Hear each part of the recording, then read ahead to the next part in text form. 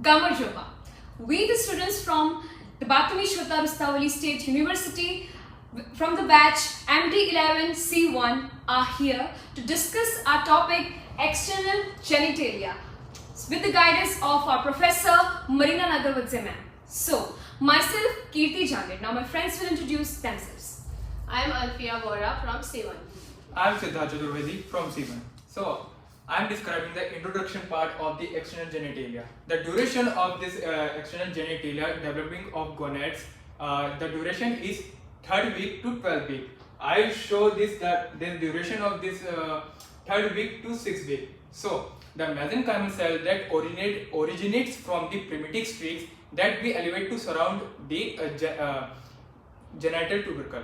So, as you can see that this is genital fold,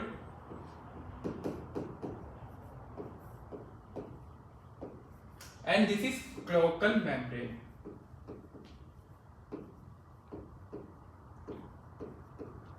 The cloacal membrane, the cloacal to the cloacal membrane that we unite to fold to generate the genital tubercle. And after this, these are subdivided into urethral fold, which is anterior part of the development, and the anifold, which is the posterior part of the development. This is also genital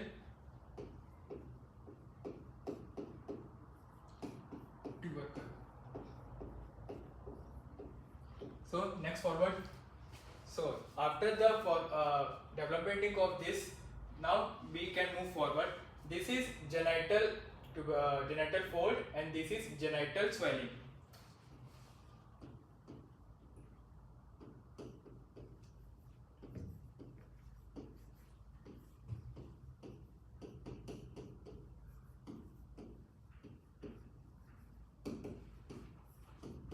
So what is genital swelling? Genital swelling is, you can clearly see on the 5th week, they form scrotum in males and they form labia majora in females. So, before moving on to the topic male external genitalia, we will first look to the topic how gonads are actually getting differentiated. So, we have XY, which stands for the male, and XX, which stands for the female part.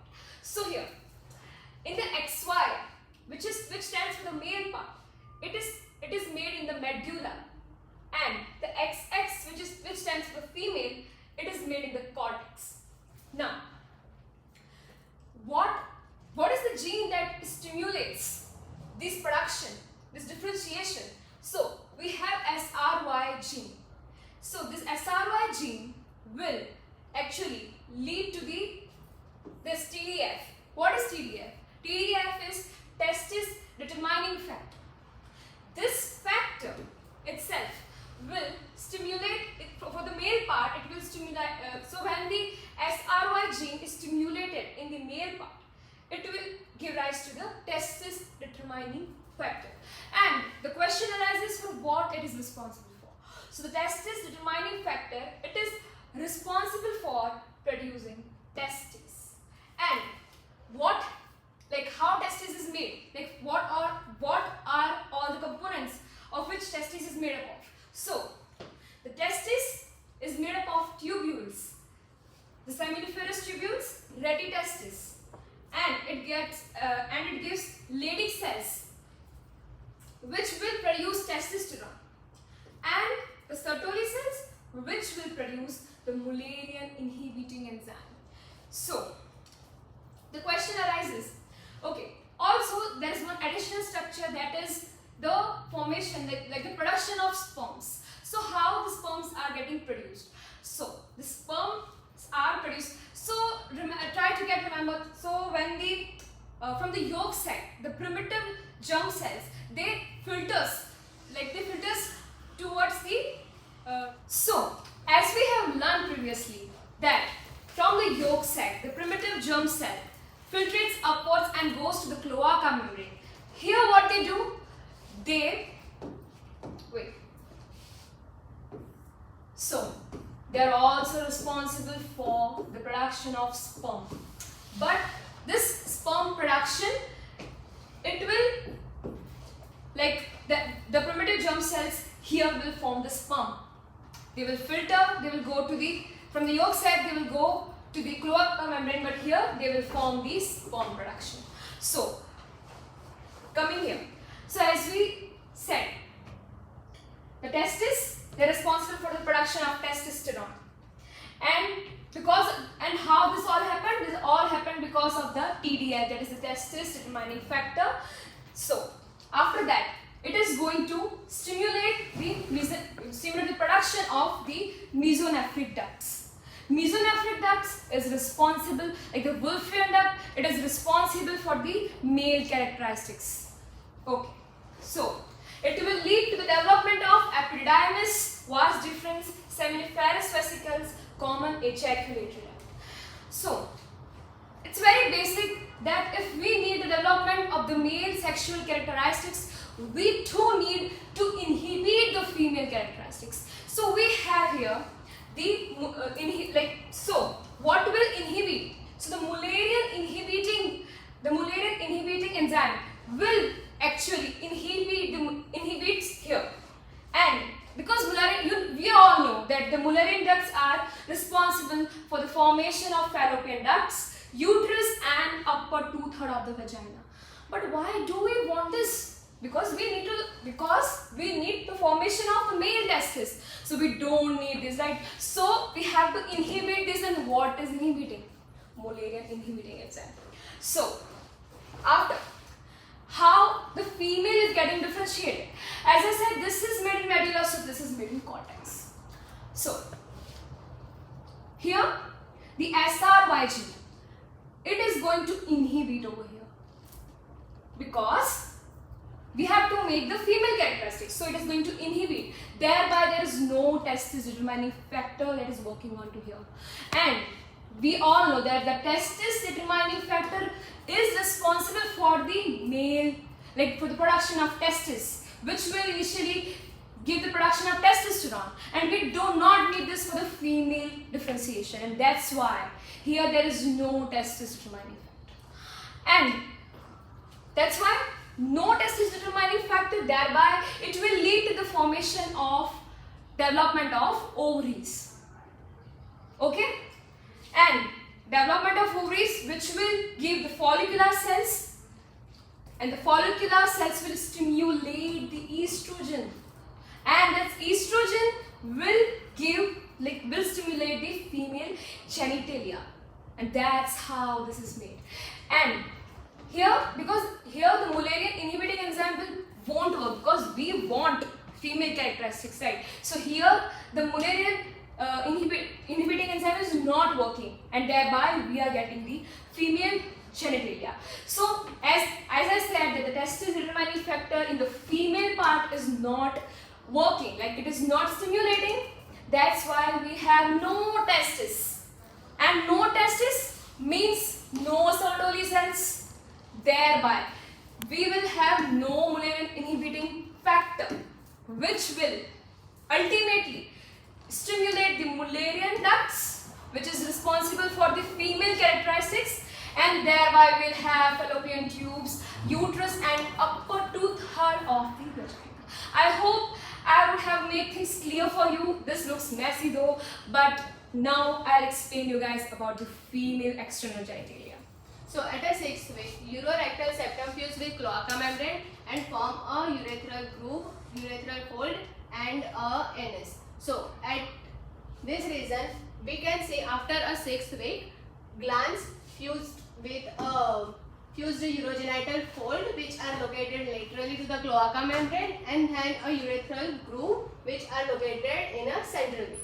And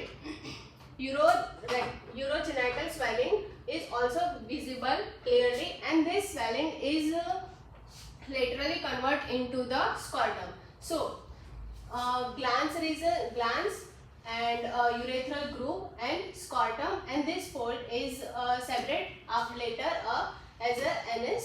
And so the urogenital orifice continue as a grow and as a phallus, and then phallus form urethral fold. So the urethral fold is give a urethral groove on a ventral surface of penis, and the genitile tubercle of a phallus give a glans region of penis, and phallus form a fully penis. And then later the surface of ectoderm fuse with a median plane and form a penile raphe, and it's fused with corpus spongium. So the surface of ectoderm fuse with a median plane and form a penile raphe, and corpus spongium enclosed with the penis. And then later at the end of around 12th week, so the foreskin fully develop from a ectoderm. So the first ectoderm fully develop, and then later it break and form a foreskin, and the foreskin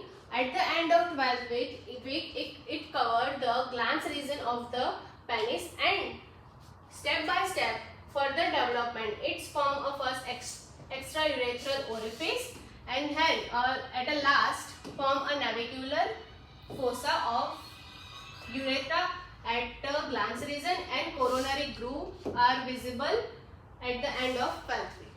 So now I will explain you guys about the female external genitalia. So the female external genitalia, as you see, the differentiation is happening over here. So the primary phallus of the female genitalia, it will be relatively large at first. Like at first up to the 18th weeks it will be large, and then it will be like, as you have seen this, it is large, and then here it is, after that it is minimized, and it is minimized to form the clitoris. Okay, to form the clitoris it is minimized. After that, the urethral folds here are only fused posteriorly and not anteriorly, posteriorly to form the frenulum of the labia minora. So the fused part is making the frenulum of the labia minora, and the unfused part, as you see here, this is the unfused part, it will form labia minora.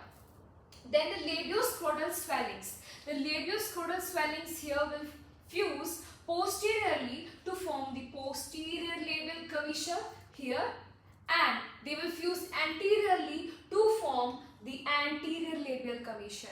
Now, after this, there is a lot of part of the labioscrotal swellings which remains unfused, and they will make the two folds, and that is called as labia majora. Now, moving on to the last slide, and this will be the last topic of our discussion. This is the actual this will explain you guys the actual differentiation of what structures are formed after the differentiation of the male and female gonads. So this is the structure that is formed for the male, and this is for the female. So the genital tubercle differentiates and forms glans penis, corpus spongiosum and corpus cavernosum in males, and clitoris and vestibular bulbs in females. The labioscrotal swellings, they will form scrotum in males and labia majora in females.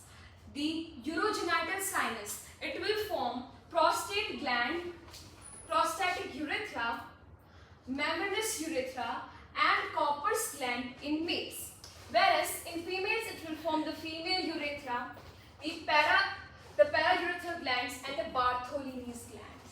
After that, in the urethral folds, it will form the shaft of penis and the penile urethra in males and the labia minora in females. So here is guys, this was a discussion about the external genitalia. Thank you so much for listening to our topic, and I hope that I and Alfia and Siddharth were able to explain you guys external genitalia in depth. Thank you.